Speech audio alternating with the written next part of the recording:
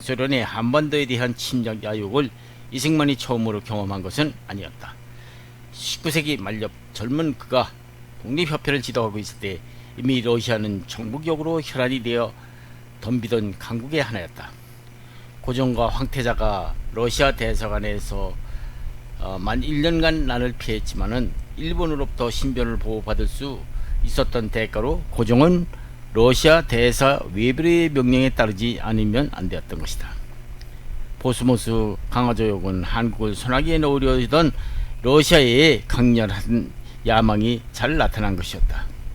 이승만은 극동의 역사를 공부했기 때문에 1854년 러시아가 재빠르게 시베리아 연해주를 지배하고 만주로 세력 침투의 손길을 뻗쳐 태평양 진출의 야망을 품고 있다는 것을 눈치채고 있었다.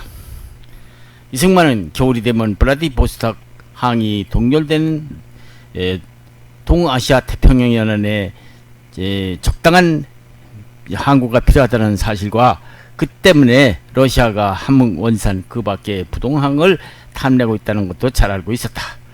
그리고 한국의 목재, 석탄, 철, 금광에 대해서도 탐욕의 눈길을 보내고 있었던 것이다. 러시아의 전략가들은 한반도가 북아시아의 전략적 삼각지대의 중심에 자리 잡고 있다는 것과 한반도를 지배하는 국가가 마침내 일본과 만주와 시베리아를 지배하게 되거나 위험할 수 있을 것을 주지하고 있었다. 이러한 이유에서 러일 전쟁이 끝나기 전 모스크바 주재 미국 대사 클립턴 브레켄리치는 국무성에다 편지를 보내 다음과 같이 보고하고 있다. 한국과 북경 주변의 국가 중에 하나 또는 둘은 분명히 북아시아로 향하는 러시아의 야망의 대상이 되는 국가이다. 그리고 그 좀 M 대신에게 보내는 각서 속에서 러시아 황제 니콜라스 2세는 다음과 같이 러시아의 의도를 명백히 하고 있었다. 러시아는 1년 내내 자유롭게 쓸 수 있는 항구가 절대적으로 필요하다. 이 항구는 대륙에 위치하고 육지로 연결되어 있어야 한다. 1905년 보호제약이 체결되고 1910년 완전히 합방에 의해서 일본이 한반도를 식민지화했기 때문에 1세대 동안 러시아의 야망은 좌절되었던 것이다. 그런데 1919년에 만세 시위 사건 이전에 발생한 볼셰비키 혁명은 한국 애국자의 신생 소비에트 국가 사이에 표면적인 우호 편제를 지속시키고 있었다. 1931년 일본이 만주를 정복한 뒤부터 소련과 한국의 망명객들은 일본이라는 공동의 적을 가지게 되었고 만주와 시베리아의 국경지대에서 일본에 대한 공동 전선을 확립하고 있었던 것이다. 수명의 한국의 애국자들은 모스크바에서 교육을 받았고 공산당 한국 지부가 중국에서 조직되었던 것이다. 1942년까지 이승만과 중경 임시정부의 주석 김구는 의견 대립을 벌이고 있었는데 그것은 김구가 공산당원의 입각을 주장하고 있었기 때문이었다. 한국민족혁명당 공산당은 1941년 12월 세계의 민주제국의 반파시스트 블록을 결정하고 여러 파시스트 국가와 싸운다는 목적을 내걸었다는 것을 이유로 임시정부 지지를 공언하고 모든 혁명적 단체의 대표회의의 개최를 요구하는 성명서를 채택했던 것이다. 소련의 국제적인 음모는 결국 독립 지도자들 사이에 반목과 분열이 한참 더 격화시켰다. 그리고 그때만 해도 공산주의의 그 진뜻을 모르는 소위 자유세계의 열강들은 소련의 주장을 전폭적으로 지지하고 있었던 것이다. 이런 내용을 이미 짐작하고 있던 이승만은 처음부터 끝까지 소련의 한국 문제에 개입을 반대하고 소련이 참여하는 한 한국은 소련 지배하에 들어갈 것이라고 거듭 경고했던 것이다. 이 무렵 상해에서는 임시정부에 맞서서 공산주의 주장자들이 한국 독립단체의 임을 촬영하면서 소련의 사주를 받고 임시정부에 활동하고 있었다. 이런 한국 독립단체의 분열은 결국 임시정부의 승인을 얻은 큰 장애가 되었다. 태평양 전쟁 이후 미국 정부가 임시정부의 승인 청원을 수없이 거절한 것도 일본의 악감정을 사지 않기 위한 이유보다도 실은 한국인 자체의 분열과 소련을 모욕하지 않으려는 조심해서 취해진 미국의 정책이었다. 실제로 그 당시 미국 국무성의 일부 고위 관리 중에는 공산주의의 실태에 대해서 이해하지 못하고 있었던 인사들이 적지 않았던 것이다. 이러한 국무성 관리들의 책동으로 말미암아 미국 정부 고위층은 한국 독립 문제에 대해서 어떤 확신을 가질 수 없었던 것이다. 고위층에 속하는 정치가들은 그 부순한 부하들이 작성한 한국 정책이 최선의 것이라고만 믿고 있었고, 또한 소련이 전통적으로 한반도를 호시탐탐 노리고 있다는 사실을 망각하고 있었던 것이다. 일본과의 전세가 연합국에 유리하게 기울어지자 1943년 11월 20일 참전국의 원수인 미국의 루즈벨트 대통령과 영국의 처칠 수상, 중국의 장개석 총통은 북아프리카 이집트 수도 카이로에서 회담을 가졌다. 이 회담에서 세 나라는 일본에 대한 침략 전술과 공동사항을 토의하고 27일에는 선언문을 발표했는데, 그 가운데서 한국 독립의 시기와 그 방법에 대해서 구체적인 방안까지는 결정이 되지 않았어도 적당한 시기가 오면은 한국의 국민을 노예 상태에서 독립시킬 것을 결의했다. 이 선언으로 말미암아 한국의 해방은 국제적으로 처음 언급되었던 것이다. 적당한 시기라는 표현은 독립 지도자들로 하여금 심각하고 착잡한 반향을 일으켰다. 애국의 정계 옵서버들은 한국인들이 주장하는 대로 이 어구는 곧이란 뜻이 아니라 그 해석해서 독립 지도자들을 더욱 불안 속에서 몰아놓았던 것이다. 국립위원부 상위 임시정부는 각각 주재하고 있는 애국 정부에 대해서 이 적당한 시기란 뜻이 해석을 요청을 했지만은 시원한 답변을 받지 못했다. 이때 미국 정부가 보관한 애교 문서를 볼 것 같으면 다음과 같은 구절이 있다. 카우스 주중대사가 국무장관에게 보낸 보고서를 보면 알 수 있다. 한국 장례 지휘에 관해서 워싱턴에 있는 한국위원회에 이승만 씨로부터 나에게 보내온 10월 18일자 서한 사본을 동무합니다. 이승만 씨는 소련 정부에 의해서 훈련받고 보고를 받은 한국인 집단이 소련 극동군 일부가 되어서 한국을 침공하고 그곳에 소련의 가맹공화국을 수립할 것이라고 예측하고 있습니다. 하고 줄이 말했다. 중경에 있는 한국인 두 주요 분파의 대표들이 12월 4일 당 대사관을 방문하고 카이로 선언에서 한국인에게 관계된 부분 중 적당한 시기라는 어구의 설명을 요청해 왔습니다.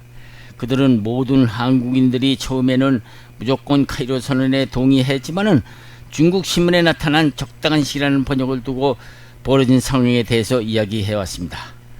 전후 한국은 중국의 위인 통치하에 둘 것이라는 풍문이 중국 중경에서 퍼지고 있어 한국인들을 어리둥절하게 만들고 있다는 것과 카이로 성명을 축하하려는 한국인들의 집회 예정은 그 공식 원문이 발표됐을 때 취소되었다는 것이고, 그리고 그것들은 이제 중국 외교부가 왕정희 씨로부터 이 어구 해석에 대한 답을 얻으려고 하고 있다는 것이었다.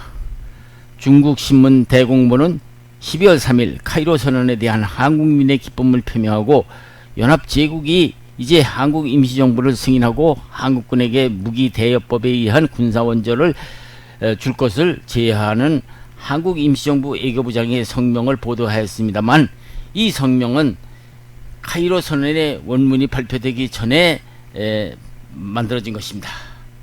한편 루즈벨트 대통령의 식민지 자치에 관한 신념은 1942년에 발표된 것으로 그 내용은 다음과 같다. 지난 44년 동안에 필리핀 역사는 세계 약소국가와 약소민족의 장래에 대해서 참된 표본이 될 것이다. 그러나 우리는 그 표본이 두 가지 중요한 요소에 입각해 있다는 것을 잊어서는 안 된다. 첫째, 교육을 보급하고 독립국가로서 사회적 경제적으로 발전할 준비가 있어야 하고, 둘째, 지방행정에서 시작해서 중앙정부에 이르기까지 여러 단계의 자치 능력을 양성해서 궁극적인 독립주권을 유지하는 데 필요한 훈련기관이 있어야 한다. 그런데 루즈벨트 대통령은 이러한 견해 속에서 한국 문제도 포함시키려는 오류를 범하고 말았던 것이다.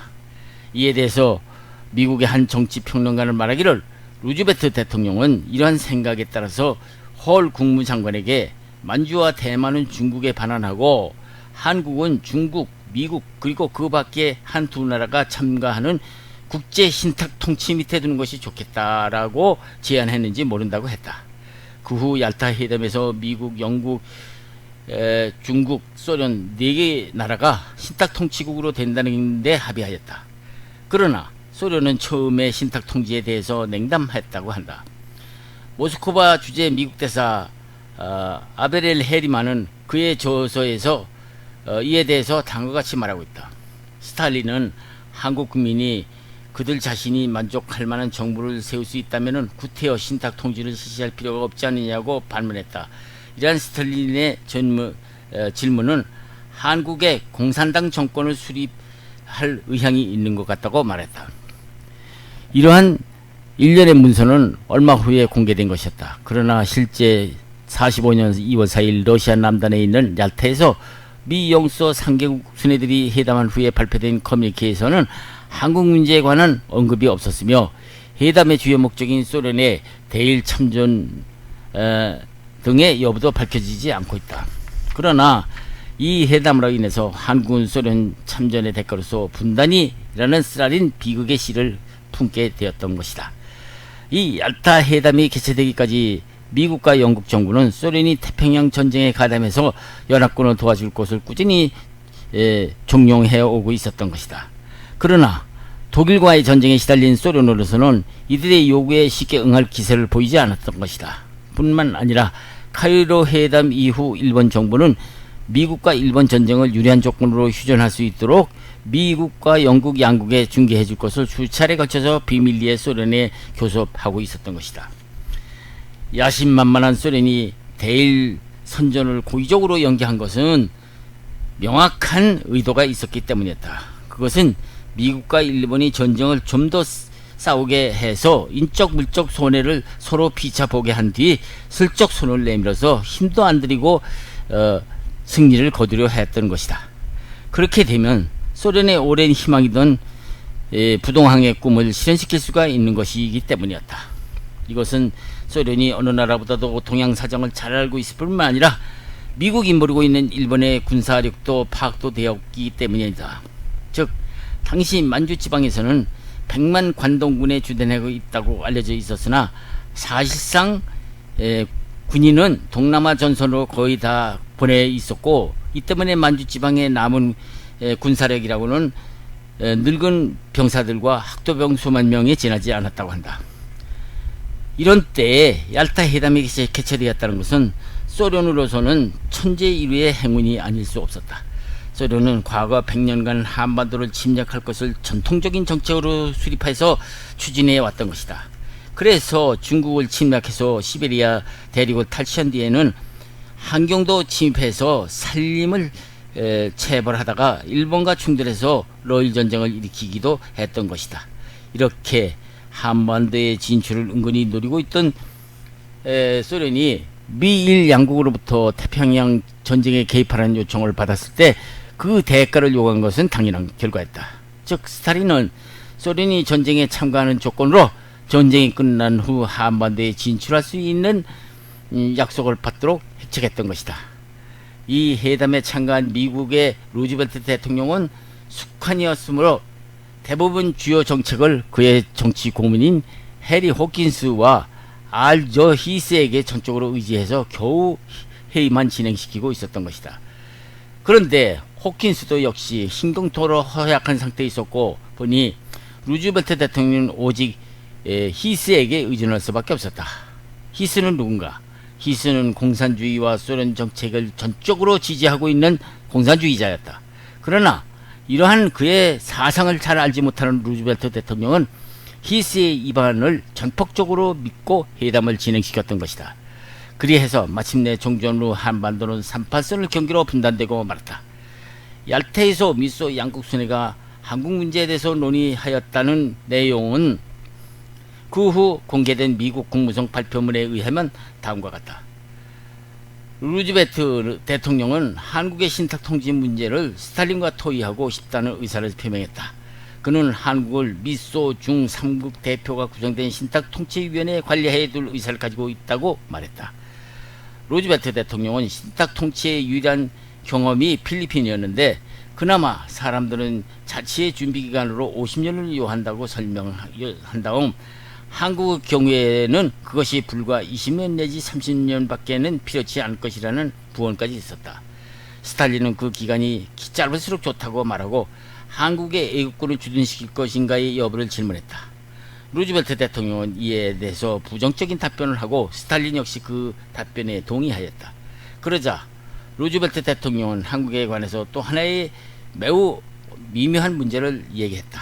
그것은 그 자신의 개인적인 편견으로 한국 신탁 통치에는 영국의 참여를 권유할 필요가 없을 것으로 생각하는데 영국 측은 그 견해에 대해서 불쾌해할 것이라고 말했다. 이에 대해서 스탈린은 물론 틀림없이 영국의 감정은 살게 할 것이라고 답변하고 그렇게 되면 처칠 수상은 정말 우리를 죽이려 할지 모른다고 농담했다. 그러므로 스탈린의 의견으로는 영국도 초빙되어야 한다는 것이었다. 얄타 회담이 끝난 그해 4월 2일 미국 대통령 루즈벨트는 돌연 죽었고 또한 5월 3일에는 독일이 마침내 패망했다. 그래서 그해 7월 17일에는 베를린 교회 포츠담에서 독일을 비롯해서 대일전을 중심으로 동남아 문제에 토의하기 위해서 트루먼 미국 대통령, 처칠 영국 수상, 스탈린 수상이 회담했다. 이 회담에서 스탈린은 트루먼에게 얄타 회담에서 고 루즈벨트 대통령과 합의한 소련군 한국 진출에 대해서 재확인할 것을 요청했다.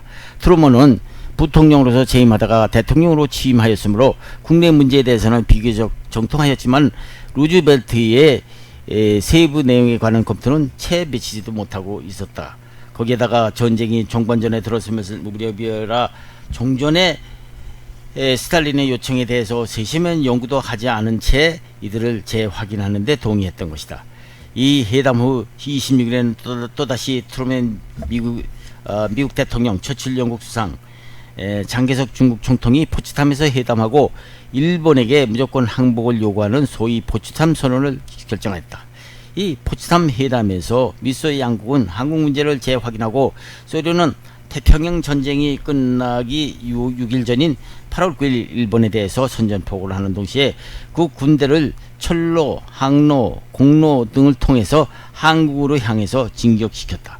실로 소련은 힘 하나 들이지 않고 태평양 전쟁에 가담할 어부지리를 얻게 된 것이다. 진주먼 사건 이후 미국 상원의 의원 가이 질레트는 국무성이 일본과의 감정 대립을 피하기 위해서 한국 임시정부의 승인을 보류하고 있다고 언명했는데 불과 몇 개월이 지나지 않아서 이승만이 이러한 이유가 사실이 아니라는 것을 알았다. 그것은 사실상의 소련의 비위를 건드리지 않으려는 결정이었다는 것을 추측할 수 있었던 것이다. 알죠? 히스와의 회담을 통해서 한국 문제는 소련과의 전후 회담까지 기다리지 않으면 안 된다는 단언이 내려졌을 때 공산 세력은 이미 미국 국무성 안에까지 견고하게 침투해 있었던 것이다. 이승만은 코엘리 헐 장관이 크레물린 전략가들의 감정을 상하게 하면서까지 한국 독립을 위해서 전력을 해줄 의도가 없다는 것을 잘 알고 있었다. 1943년 초 시카고의 지 런던 특파원은 안토니 이든이 소련의 한국 합병 가능성에 관해서 루즈벨트 대통령과 의견을 교환했다고 보도했다. 홀 국무장관이 회고록에 의하면 1943년 3월 27일 루즈벨트 대통령은 그에게 한국을 중국, 미국 및 대전 참가국 중 한두 나라 관리에 의한 국제신탁 통치국으로 할 것을 시사하고 있었다. 이승만은 굳게 닫힌 또의 안쪽에서 세계적 정치가들이 무엇을 토의하고 있는지 알 수 없었으므로 극히 불안했다. 1943년 6월 월드 어페어지에는 당시 이승만이 큰 관심을 가지고 있던 문제를 다음과 같이 제기하였다. 국무성이 한국을 다른 망명 정권과 구별하는 것은 무슨 까닭인지 우리는 묻고 싶다. 국무성의 완고한 둔감성이라든지 일본에 대한 애정 또는 한국에 대한 편견을 이유로 알 수가 없었다. 국무성이 공식적으로 표명한 이유가 되지 않는다. 이에 반하는 행동의 선례가 많은 까닭이다. 그럼 왜 한국만이 유독 포기하고 있는가? 공평한 심판관이 발견할 대답은 즉 소련이다. 1945년 이승만은 한국의 경우를 팜플렛을 발간했는데 그는 거기에서 한국 임시정부가 승인되지 않았던 이유 하나를 다음과 같이 예를 들었다. 아시아 전쟁에다 소련을 끌어넣으려고 갈망하던 일부의 사람들 생각해 볼 때 이승만이 보류되었던 것은 한국에 대한 소련의 요구가 명료해질 것을 기다렸다는 까닭이었는지도 모른다. 원인이 그렇다고 할 것 같으면 이것은 강대국의 지지를 얻기 위해서 약소국의 독립을 희생시키려고 하는 어리석은 정책 또는 강대국 요구를 만족시킬 때까지 어떤 애계 정책도 취하지 않으려고 하는 겁쟁이임을 나타내는 것으로서 어느 쪽이든 도저히 정당한 것으로 인정할 수 없다. 얄타에서 비밀 결정을 본 한국 문제는 1945년 유엔 창립 운동에 논의되기 전후해서 장래의 한국 정부 수립 문제에 관한 논쟁이 절정에 이르고 있었는데 그때의 미국 측 동향은 다음과 같았다. 그해 여름 태평양전쟁위원회의 석상에서 루즈벨트 대통령은 당시 워싱턴에 와 있던 중국 외교부장 송자문에게 한국 문제에 대해서 문의하자 송자문은 한국위원회나 기타 단체가 분산되어 있으니 이를 연합해서 한국인의 세력을 통합하는 것이 중요하다고 답변했다. 그리고 한국인이 너무 분열되어 있으므로 도저히 강력한 세력을 구성할 수 없을 것이라고 미국 대통령에게 말하였다는 것이다. 그런데 이 송자문은 알조 히스의 조정에 의해서 한국 문제에 관해서 이렇게 증언했던 것이다. 1945년 8월 모스크바에서 여순, 대련, 남만주 철도를 소련에게 양도하는 조약에 서명한 사람도 바로 이 송자문이었던 것이다. 구미위원부는 수차례 걸쳐서 윈 통치는 한국만이 절대적으로 받아들이지 않는다고 선언했다. 그리고 한국이 자주독립 정부를 수립하지 못할 이유가 무엇인가 하는 기사들을 여러 신문에 잡지에다 게재했던 것이다. 샌프란시스코에서 유엔청의 창립 준비가 시작되다 이승만은 워싱턴에서 샌프란시스코로 향했다. 그는 포스트가에 있는 로즈 호텔에서 자리를 잡고 재미 한인의 각파 대표자들을 불러서 한국의 장래 문제에 대해서 회의를 개최했다. 이 회의에서 한국의 각 지도자들은 유엔이 창립되는 이 마당에 한국 대표가 최소한 옵소바라도 많듯이 참석시켜야 한국의 장래에 대한 권익을 보장해야 한다는 것을 논제를 해서 며칠 동안 진지하게 토의하였다. 그런데 불행히도 어느 날 아침 한 지도자가 공산 세력과 자유 세력을 합작정부를 만들자는 주장을 내세웠다. 이러한 주장이 나오자 이승만과 그를 지지하는 사람들은 대단히 흥분했다. 그리고 이는 공산주의 국가를 만드는 결과를 초래한다는 뜻에서 즉각 반대했던 것이다. 말로는 합작정부, 논쟁은 그 후 며칠을 두고 격한 분위기 속에서 진행되었다. 되었으나 이렇다 할 결정을 보지 못했다. 그런데 미 국무성의 알조 히스의 조정에 의해서 국동국장인 발렌타인은 한국 대표 및 사람을 접촉하고 이 합작정부안을 수락할 것을 종용하면서 그 실현을 뒷받침하고 있었던 것이다. 더구나 이 한인 대표자 회의에서는 극동국 한국 실무자인 한국태생의 조지 맥컨이 동석해서 이들의 회의 진행을 지켜보고 있었다. 이 회의가 아무런 성과가 거둘 수 없음을 직감한 미국 국무성은 중국 외교부장 송자문을 하여금 또다시 한국 문제에 개입하도록 하고 5월 22일 한국인들을 만찬에 초청해서 합작정부 수립을 권고하려고 기도했다. 그러나 이승만의 지지자들은 물론 여기에 참석을 거부했다. 그 후에도 계속해서 이 안에 대해서 주야를 막론하고 격렬한 토론을 벌였지만은 양쪽이 모두 자기 주장만을 하고 양보하지를 않았다. 그러나 종국에 가서는 이승만의 설득으로 단일안이 성립되는데 그 내용은 다음과 같다. 우리가 국제에 대해서 이렇게 싸움질만 한다면 한국 사람들이 분열되었다는 것을 표시하는 것밖에 안 된다. 그러니 합작이니 하는 표현을 사용하지 말고 무조건 독립국가를 원한다고 말을 하자. 이 안이 겨우 합의를 본 각 파 대표들은 유엔 창립회의에서 건의서를 제출하는 일을 이승만에게 이름하기로 했다. 이승만은 이러한 한국인의 총의와 한국 대표의 유엔 창립 총회에 참석하게 해달라는 문서를 작성해서 유엔 창립 사무를 담당하고 있는 알조 히스에게 전달했다. 그러나 소련 대표단장 몰로토프와 친분이 투철한 히스는 이러한 한국 대표들의 총의를 즉각 무시해버리고 말았던 것이다. 이 무렵 공산당에서 전향을 한 소련 사람이 이승만을 방문하고 한국을 소련의 지배하에 두려는 야타 비밀 협정에 대해서 정보를 제공해 주었다. 그 내용인즉 다음과 같은 것이었다. 한국을 태평양 전쟁 후까지 소련의 세력하에 두되 이 전쟁이 끝날 때까지 미국과 영국 양국은 한국 독립에 대해서 아무 공약도 하지 않는다고 선언했다. 미국이 소련의 요구에 제한을 가하지 않는다면 한국의 운명은 끝날 것이다. 스터니어스 미국 국무장관은 한국 국민의 반대 의사를 거부하고 그 배후 관계를 조치하기 위해서 분방하고 있다. 이 정보는 사건의 핵심을 파악한 진실이었다. 5월 14일 이승만은 상원의원 오웬 브루스터, 월터 조지 하원의원 클레어 이 호퍼만에게 다음과 같은 전문을 보냈다. 나는 귀하의 친구가 한 조언에 의해서 귀하에게 다음과 같은 정보를 보내니 용기 있는 정치가가 이 사실을 미국 국민들에게 폭로할 것을 호소한다. 트루만 대통령이 한국을 러시아의 지배하에 맡긴다는 비밀협정에 관해서 보고를 받았다는 것은 얄타 협정에 관한 정보의 근거를 보아서 불확실하다. 이 비밀협정은 미 영소에 의해서 식별되었고 대일 전쟁이 종결될 때까지 한국을 소련에게 맡기고 미 영 양국은 한국 독립에 관한 공약을 하지 않는다고 선언한 것이다. 나는 우리나라의 자유를 약속한 카이로 선언과 대조되는 이 협정의 중요성에 대해서 귀하의 관심을 환기시키는 바이다.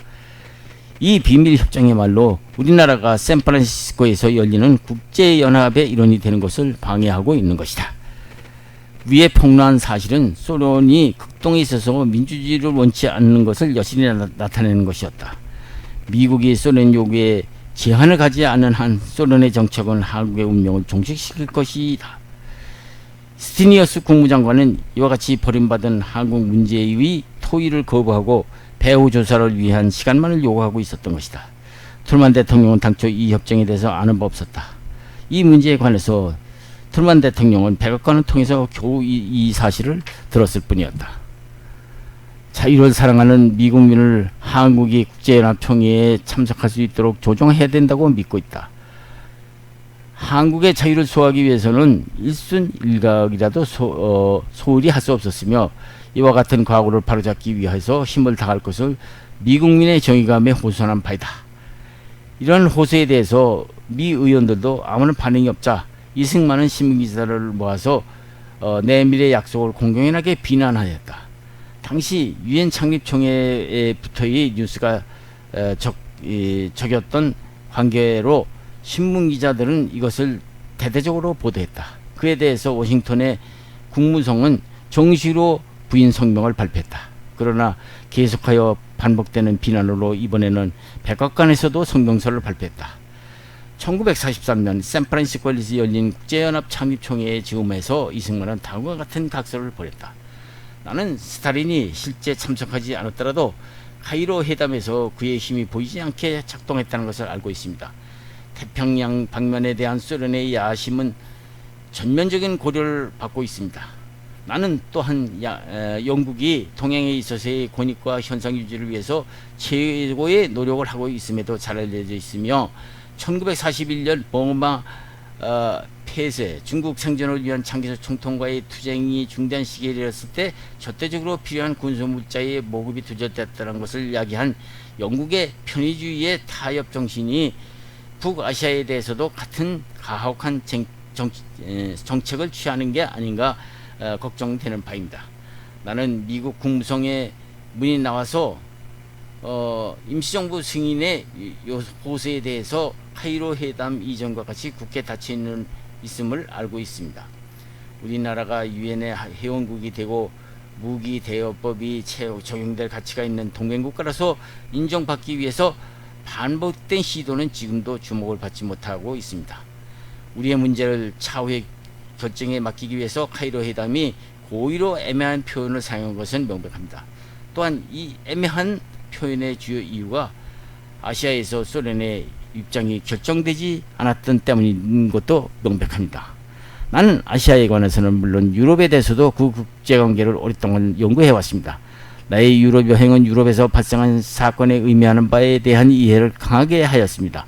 동남 유럽에서 활동하고 있는 게릴라는 명백히 공산 계열과 비공산 계열로 나누어 있습니다. 루즈벨트와 처칠이 유럽 내륙에 대한 상륙작전을 세울 때 발칸 반도를 경유하지 않기로 합의한 것은 그 지역을 소련의 세력에 맡기기로 합의한 것으로 뚜렷이 나타나는 것입니다. 그리스를 원조하려는 영국의 필사적인 노력은 이와 같이 한정된 정책에 대한 것으로서 그리스 안에서 친영 정부를 유지하고 지중해의 생명선을 확보하는 영국의 다급한 필요성을 확실하게 드러내고 있습니다. 그러나 그 지역이나 그 지역에 있어 발생한 공산당 문제를 토의할 수는 없었으므로 동남 유럽의 안전에 관한 정책을 세우는 것은 저해야 했던 것입니다. 북유럽에 있어서의 핀란드는 자기 나라의 독립을 유지하기 위해서 독일군과 협력해서 소련에 싸웠으므로 그나마 입장만 몰리게 되었습니다. 그리고 폴란드에서는 소련의 폴란드 점령이 공산주의 확대 계획을 유리하게 되었을 뿐입니다. 유럽에서 서서히 전개되고 있던 사태가 중국에서는 훨씬 공공연히 또 확실하게 나타나고 있습니다. 연합국은 중국의 국민정부가 공산주의자에 대해서 대립적인 행동을 중지하고 타협하여서 제휴할 것을 주장하고 있습니다. 루즈벨트 대통령이 결정한 독2일 주축국이 무조건 항복 정책은 명백히 소련 제국주의적인 행동에 대한 연합국의 묵인 정책과 병행되고 있었던 것입니다. 전쟁이 종말에 가까워졌을 때 나는 한국 임시정부의 승인만이 소련의 한국 약탈을 막을 수 있는 유일한 수단이라고 주장하였습니다. 한국 임시정부는 너무나도 오랫동안 한국을 떠나 있었으므로 한국 민족을 대표할 수 없었습니다. 그래서 종전 후 우리가 신정부를 수립하기 위해서 총선거를 실시할 수 있을 때까지 기다리는 것이 좋다는 연합국의 의견에 대해서 우리는 한국이 해방됨과 동시에 즉시로 연합국의 감시 밑에서 총선거를 실시한다는 양해하에 임시정부의 가승인이 이루어져야 한다고 대답했습니다. 이와 같은 견해는 국무성과의 회담이나 신문기자와의 회견석상에서 또는 방송이나 잡지를 통해서 나와 친구들에 의해서 반복했습니다. 그러나 정부 고위 당국에서는 이 견해를 고려하는 기색이 전혀 없었습니다. 그래서 나는 부득이 루즈벨트 대통령과 처칠 영국 수상은 한국이 형식적인 정부를 갖는다 하더라도 사실상에 있어서는 소련의 지배하에 둘 것이라는 결론에 도달할 수밖에 없었던 것입니다. 결과적으로 유혈의 창국을 벌리고 세계 평화를 위태롭게 한 38도선 분할에 관해서는 어느 계통으로부터도 공식적인 해명이 없었다. 모든 사실에 비추어 이 운명적 결정은 다음과 같은 일련의 사태를 통하여 이루어졌다고 보아도 좋을 것이다. 처음으로 얄타에서 스탈린은 루즈벨트 대통령에게 소련이 참전하는 대가의 일부로 소련군의 한국 진주 의사를 명백하게 승인해줬던 것이다. 일전에 처칠과 루즈벨트는 루즈벨트와 스탈린 사이로 토의되고 있던 아시아 문제에 관해서 처칠은 관계가 없음을 표명하였으므로 이 회담에 처칠은 참석하지 않았을는지도 모른다. 그 다음 두 번째 포츠담에서 트루먼 대통령은 소련군이 한국 일부에 진주하는 데 대해서는 이미 루즈벨트 대통령과 합의에 도달하였다는 스탈린의 언명을 인정했다. 그 다음은 일본 항복 6일 전에 참전한 소련은 6회 항로를 통해서 북한에 잠입하고 파죽지세로 남방으로 진격을 개시했던 것이다. 결국 한국은 38선에서 분할한 것이 일반적인 견해 속에서 포함되지 되어 있음이 거의 확실시 되었으며 일본의 항복을 받은 맥어더 장군의 공고 1호에 의해서 정식으로 발표될 때까지 한국의 분할에 대해서는 연합국 측으로부터 아무런 시사나 통보가 없었던 것이다. 결론적으로 미군은 남한의 점령 책임을 맡게 되었다. 최초의 미국 측 계획은 국동 문제와 공산당 술책에 정통한 북진화에 있었던 웨드마이어 중장을 한국 점령 사령관으로 임명하려고 했다. 그러나 웨드마이어 중장이 북중국에 적대에 필요하며 한국으로도 파견되는 것은 곤란하다는 이유로 이 계획은 무효가 되었던 것이다. 결국 오키나와 작전 때 육군단을 지휘했던 하지 중장이 임명되었다. 9월 9일 하지 중장은 모든 불리한 정세 이래 인천에 상륙하였다. 하지 중장은 전쟁에 있어서 명장이었다. 그러나 국제사정과 인류 정의에 대해서는 인식이 부족했으며 더구나 4천년의 역사가 있는 2300만의 한민족의 권익을 보장할 만한 적임자는 안 되었던 것이다. 그가 인천에 상륙했을 때 500여 명의 한국 지도자들은 그를 마중하기 위해서 꽃다발을 들고 인천포도로 나갔다. 이때 뒤에서 있던 일본 경찰들이 5발의 총을 쏘았다. 이는 몇 사람이 한국 지도자들을 살해할 목적으로 발사한 것인데 미군들은 한국 지도자들이 그들에게 발사한 것으로 오인하였다. 이 때문에 하지 중장은 마중 나온 사람들을 쫓아버리라고 명령을 했던 것이다. 출령을 나갔던 사람들이 자리를 비키자 일본 경찰이 앞으로 나서서 상냥하고 명랑한 태도로 소위 질서 유지를 하였다. 일본 관리들이 공식 접대 역할을 했던 것이다. 하지 중장은 군정을 선포할 때까지 당분간 일본 관리들이 한국 국민을 다스릴 것을 공포하였다. 일본 항복을 한결같이 기뻐하며 맞지 않았던 한국 국민에게 이러한 조치는 깊은 충격을 주었던 것이다. 확실히 이것은 하지 중장이 한국 국민을 이해하지 못한 데서 일어난 실수였다. 이 부당한 명령에 대해서 거적적인 비난의 소리가 높아지다 워싱턴의 미국 정부는 하지 중장에게 하루속히 모든 일본 관리들을 해고하라고 명령을 했다. 한편 1개월 전에 북한에 진주해 있던 소련군은 이를 조직적으로 진행시켰다. 그들은 북한의 장차 공산 계리 정권을 수입하기 위해서 시베리아 연안 등지에서 훈련을 받은 한국 공산당원들과 일단을 인솔하고 진주했던 것이다. 소련군은 개성시를 약탈할 목적으로 38선 이남까지 남하해왔다. 미군 진주 후에 소련군은 개성시로부터 철수하려 했으나 그 당시 막단 인명과 거액의 은행 예치금을 탈취해간 사실이 판명되었다. 38선 양쪽에 보초선이 설치되고 북방에는 요새가 구축되기 시작했다. 비린내나는 6.25 동란의 도화선이 되었던 원한의 38선을 이로써 구축하게 된 것이다. 해방이 되었다고는 하나 국토가 애국군에 의해서 갈라지고 하룻밤 사이에 공산 세계와 자유세계의 냉전이 휘몰아 들어간 한반도는 더 큰 불행이 직면하게 되었다. 한국민의 운명은 애국인들의 간계에 의해서 다음과 같이 비참한 현실로 변해가 버리고 만 것이었다. 이것은 메가더 장군이 일본 점령에서 거둔 업적과는 너무나도 대조적인 것이었다. 메가더 장군은 일본의 성조기를 올려 도쿄의 하늘 아래 억압당한 사람들에게 희망의 상징이 되게 하였고 올바른 승리의 길로 나갈 수 있는 길잡이가 되게 했다. 그리고 일본 사람들의 심리를 잘 파악해서 그들의 자유세계로 복귀할 수 있도록 자비로운 정책을 수행했던 것이다. 더욱이 메가더 장군은 공산주의에 의해서 확고한 신념을 갖고 있는 명장군이기도 했다. 소련은 메가더 장군이 일본을 점령하자 그 초기부터 말썽을 부렸다. 소련군을 북해도에 진주시켜서 점령한 뒤 일본을 둘로 나누자는 요구를 하는가 하면은 자신들을 연합군 사령관인 메가더의 지하에 두지 말고 분리시켜야 한다고 요구를 했다. 이러한 제안을 메가더 장군은 정면에서 거부했던 것이다. 소련 대표 테리비앙코 장군은 메가더 원수가 찬성하든 말든 소련군을 일본에 상륙시키겠다고 응수했다. 그러자 메가더는 소련군이 자기 허가 없이 한 사람이라도 일본에 상륙한다면은 테레비앙코를 비롯한 소련 대표부 전원을 그 자리에서 감옥에 잡아놓아 버리겠다고 호통을 쳤다. 맹호와 같이 단호한 메가더의 이러한 태도 앞에서 소련군은 상륙 시도는 그만 좌절되어 버리고 말았다. 이 사건은 그 후 끊임없이 계속된 소련과 메가더 대결과의 소곡이 되었던 것이다. 반공주의자 메가더에 비해서 하지는 한국 내에서 실정이 어두웠으며 한국 장래 문제에 대해서는 소위 진보적 민주주의라는 데 매력을 느끼고 있었던 것 같았다. 칼 바거라는 기자는 이때 한국 군정을 이렇게 설명하고 있다.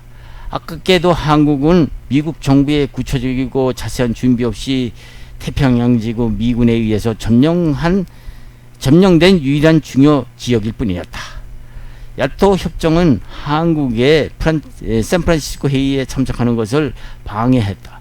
만약 이때 한국의 호소에 주의를 기울여 미국이 소련의 요구에 제한을 가했더라면 국토 양단의 비극은 생기지도 않았을 것이다. 야타 협정에 어떠한 비밀 협약이 포함되어 있다는 사실은 미 정계와 언론계의 새로운 파문을 일으키기 위해서 신문지상에 반복되어서 게재되었다. 결국 이 논쟁은 영국에까지 파급되었다. 영국의 처칠 수상은 하원에서 3열강이 얄타에서 비밀 협약을 한 것이 사실인가를 질문받았다. 처칠 수상은 얄타에서 비밀 협약은 없었으나 많은 문제가 토의되었으며 모두 일반적인 것일 뿐이라고 애매하게 답변만 한 것이었다. 그 일반적인 문제 중에는 3파선에 의한 한국의 분할이 포함되어 있었음은 확실하다. 하지 중장이 남한에서 당면한 문제는 쉬운 것이 아니었다. 왜냐하면 그는 한국에 대해서 예비 지식도 없었을 뿐만 아니라 한국 전문가는 물론 언어나 역사, 습관, 심리에 대해서도 알고 있는 장교가 하나도 없었기 때문이었다. 정치적으로 그가 당면한 한국의 정세는 예비 지식이 없는 사람으로는 다루기 어려운 것이었다. 일본이 항복할 무렵 일본의 사령관 아베 대장은 여운형을 불러들였다. 여운형은 당시 순수한 액지사와 공산주의자들에 의해서 구축되었던 대일 지하 운동을 지휘하고 있었다. 그는 모스크바에서 교육을 받은 일이 있었으나 공산당과는 결별하였다. 그는 상당한 교육도 받았고 한, 일, 노, 어는 물론 영어에도 능통한 수재였다. 성격은 얌전하고 상냥했으며 유능한 한편 인기도 있었다. 독립운동가의 좌파로서 2번이나 투옥되곤 하였으므로 모스크바의 침투적 강화력은 모르는 사람들은 그를 진실한 애국자로 생각하고 있었던 것이다. 아베 총독은 정권 이양을 가장 원만히 할 수 있는 제1인자로서 여운형을 생각하고 그에게 그 일을 의뢰했던 것이다. 일본 총독 아베는 여운형에게 거액의 돈을 주고 남한의 수송과 통일의 실권을 장악시켰다. 하지 중장이 반도호텔에서 사령부를 설치한 뒤 여운형은 사령부에 출두해서 남한의 민중 지도자도로 자신을 인정해 줄 것을 요구하였다. 그러나 하지 중장은 이것을 단호히 거부하고 자신은 그를 한 국민으로서 협의할 뿐이라고 선언했다. 그래도 여운형은 자신이야말로 국민의 유력한 단체로 대표하고 있다고 주장해서 점령군 당국에게 남한의 제1인자라는 의견을 갖게 할 수 있었던 것이다. 중경 한국 임시정부의 환국은 국부 외교부장인 송자문에 의해서 저지돼서 11월 중순까지 입국을 할 수가 없었다. 한편 이승만은 고대했던 조국이 해방은 되었으나 복잡다단한 문제들과 싸우면서 그대로 미국에 남아있었다. 하지 중장이 인천에 상륙했을 무렵 올리버 박사는 이승만 부처에 회담하고 한친으로서 그가 추구하고 있는 앞날의 진로에 대해서 근심을 표명했다. 올리버 박사는 이승만이 한국에 대한 소련의 야망에 신경 과미되어 있다고 생각하고 있었다. 그때 신문은 국제연합이 성공리에 창립되고 결국은 오랫동안 끌어오던 국제연합의 새 시대에 돌입한 것을 대대적으로 보도하고 있었다. 2차 대전을 발발시킨 국제연맹의 비극적 실책은 미국이 연맹에 가입하지 않은 까닭이었다고 신문들은 신념에 찬 기사를 보도했다. 이리하여 마침내 유엔은 모든 세계 주요 국가를 구성원으로 해서 조직되었다.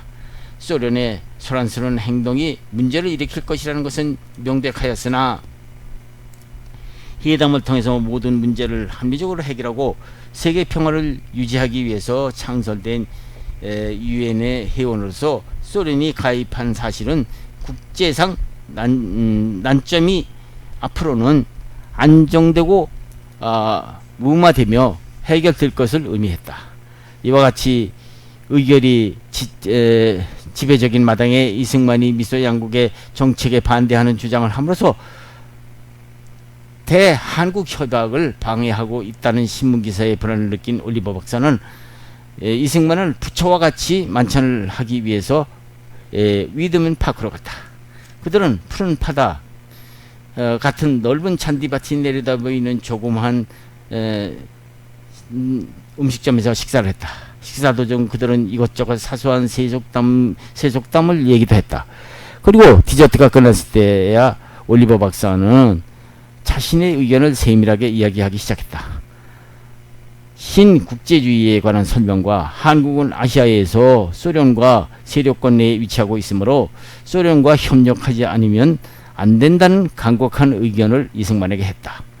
모든 정세로 봐서 한반도에 공산당과의 합작 정부를 세워야 할 것이 필연적인 것처럼 보였기 때문이었다. 올리버 박사는 또한 그가 현재와 같은 태도를 고집한다면 합작 정부로부터 배척되고 결국은 조국의 독립을 얻기 위해서 한평생 투쟁한 것이 결국에 이르러서 실패하고 말 것이라고 이승만에게 충고했다. 올리버 박사의 말에 끝나자 잠깐 동안 침묵이 계속되었다. 이 침묵을 깨뜨린 것은 프란체스카 여사였다. 나는 당신이 말씀하신 문제에 대해서 생각해 보았습니다. 당신이 말씀하신 대로 그런 일들이 한반도에서 일어날지도 모릅니다. 과연 한국에는 공산당 정부가 있을지도 모릅니다. 현재 일어나고 있는 모든 사건을 볼 때 그렇게 생각이 듭니다. 그러나 이때까지 취해온 입장에서 우리들은 그와 같은 정부에 가담할 수 없을 것 같습니다. 어떤 일이 있을지라도 이와 같은 합작 정부에 가담하지는 않을 것 같습니다. 이때 이승만이 긴장된 목소리로 말을 받았다. 당신은 나보고 어떻게 하라는 겁니까? 그리고 격한 감정으로 말을 계속했다.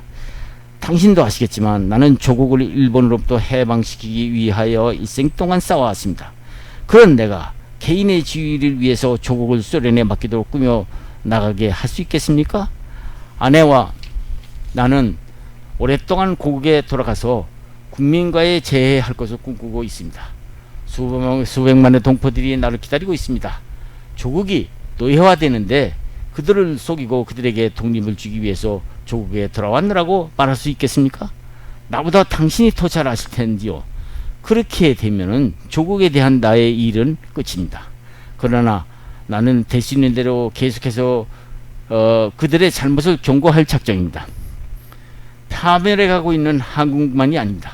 소련의 세계 정복에 대항할 수 있는 국민은 미국뿐이므로 미국은 타국보다도 더한 타격을 받을 것입니다. 나의 임무는 현재 일어나고 있는 사태를 미국인에게 그대로 보일 뿐입니다.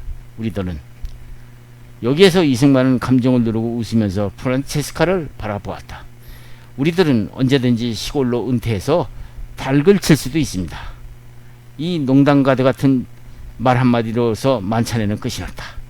올리버 박사는 이승만의 주장이 틀린 것이라고 줄곧 생각하면서 그들과 헤어졌다. 그의 용기에는 하지만은 감탄할 수밖에 없었던 것이다.